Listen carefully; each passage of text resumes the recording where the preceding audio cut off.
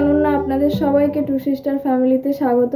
তো আজকে আমি আবার চলে এসেছি একটা রেসিপি নিয়ে। তো আজকে আমি আপনাদের পায়েস রান্না করে দেখাবো। তো দেখতেই পাচ্ছেন আমি এখানে উপকরণগুলো সব সাজিয়ে নিয়েছি। তো আমি এক এক করে বলে নিই কি কি নিয়েছি। এখানে দেখুন চিনি আছে, চিনি নিয়েছি, পায়েসে অবশ্যই চিনি লাগবে, মিষ্টি। তো এখানে ঘি আছে, এটা আছে আমল দুধ, এটা লবণ, আর এই প্লেটে আছে কিশমিশ, কাজু, তেজপাতা আর দুটো এলাচ। এখানে আমি গোবিন্দভোগ চালটা নিয়েছি। তো এটা আমি 2 ঘন্টা ভিজিয়ে রেখেছিলাম, আপনারা চাইলে নাও ভিজিয়ে রাখতে পারেন। তো আমি একটু ভিজিয়ে রেখেছিলাম। আর এখানে আমি এতে 2 লিটার দুধ আছে, লিকুইড দুধ এটা। তো আর কিছু না, এইগুলোই লাগবে। তো চলুন এবার আমি রান্নাটা শুরু করি। করতে করতে আপনাদের বলবো কিভাবে কি করি। তো এটা আমি একদম সহজ একটা পায়েসের রেসিপি নিয়ে এসেছি, আশা করছি আপনাদের সবার ভালো লাগবে রেসিপি। তো আমি গ্যাসে হাঁড়ি বসিয়ে দিয়েছি, গ্যাস জ্বালিয়েও দিয়েছি, একটু গরম হয়ে যাক। তো এবারে প্রথমে ঘি দিয়ে দিচ্ছি, পুরো 4 চামচ আমি ঘি দিলাম। তেজপাতা, এলাচ আর আমি কাজুগুলো দিয়ে দিচ্ছি।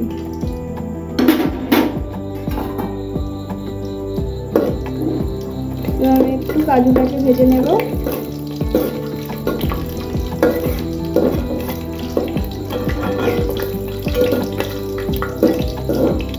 গোবিন্দভোগ চালটা দিয়ে দিচ্ছি।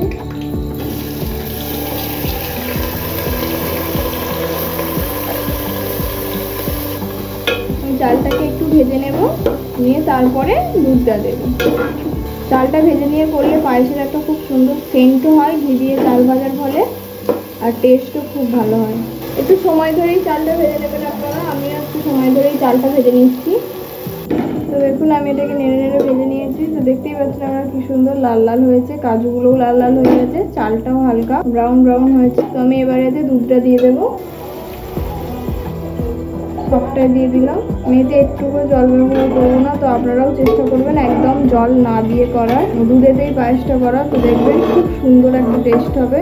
আমি লবণটা দিয়ে দেবো, আমি 1 চামচ লবণ দিয়ে দিলাম। তো আমি এটাকে ভালো করে নাড়াচাড়া করে আধ ঘন্টার মতো ফোটাবো।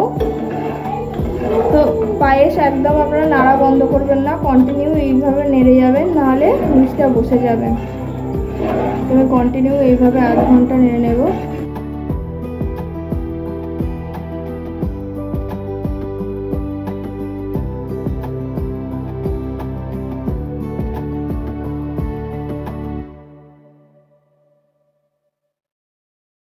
দেখুন এটা আমার আধ ঘন্টা ফুটেছে, আমি একদম নাড়া বন্ধ দিইনি, একদম নিচে বসেনি।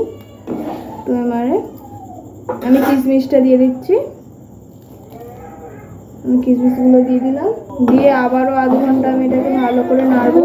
একদম নাড়া বন্ধ দেবেন না, একবার একদম লো ফ্লেমে করবে, একদম জোরে করবেন না। তো জোরে করলে এটা একদম দুধগুলো একদম কমে যাবে আর চালটা শক্তই রয়ে যাবে। তো একদম গ্যাসটা কমিয়ে দিয়ে এটা অনবরত নেড়ে যাবেন। মাঝে মধ্যে একবার করে একটু গ্যাসের ফ্লেমটা বাড়িয়ে দেবেন, আবার কমিয়ে দেবেন। তো এখনও চালগুলো হয়নি, দেখতেই পাচ্ছেন এরকম হয়েছে। তো এখন আমি আরও আধ ঘন্টা এটাকে ফুটিয়ে নিই, তারপরে আপনাদের দেখাচ্ছি। তো এটা আমি আরও আধ ঘন্টা ফুটিয়ে নিয়েছি। আমি এই পর্যায়ে চিনিটা দিয়ে দেবো। এখানে 250 গ্রামের মতো চিনি আছে, দিয়ে দিলাম। মিষ্টিটা আপনারা যেরকম খাবেন সেই অনুযায়ী দেবেন, বেশি চাইলে বেশি, কম চাইলে কম। তো আমি এখানে গুঁড়ো দুধটা দিয়ে দেবো। এখানে আমি 100 গ্রামের মতো গুঁড়ো দুধ নিয়েছি, পুরোটাই দিয়ে দেবো। দিয়ে এটাকেও খুব ভালো করে নাড়িয়ে নেবেন। দেখুন আমার পায়েসটা একদম হয়ে গেছে। তো আমি এটাকে নামিয়ে নেবো। তার আগে বাকি ঘিটা আমি দিয়ে দেবো।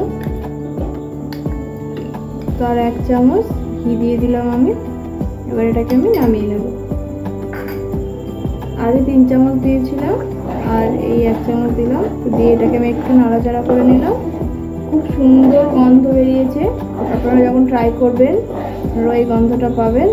তো আমি এবার এটাকে নামিয়ে নিচ্ছি, নিয়ে আপনাদের দেখাচ্ছি লাস্ট কেমন হলো আর কেমন লাগলো আমাদের। তো তো দেখুন আমার রান্নাটা হয়ে গেছে। আমি এই হাঁড়িটাতে নিয়েছি, নিয়ে একটু ওপর থেকে কাজু কিশমিশ দিয়ে সাজিয়ে নিয়েছি। আশা করছি আপনাদের রেসিপিটা ভালো লাগবে। আপনারা অবশ্যই রেসিপিটা পুরো দেখবেন এবং বাড়িতে অবশ্যই পায়েসটা বানাবেন, বানিয়ে খাবেন। খেয়ে আমাকে অবশ্যই কমেন্ট করে জানাবেন যে আপনাদের কেমন লাগলো রান্নাটা।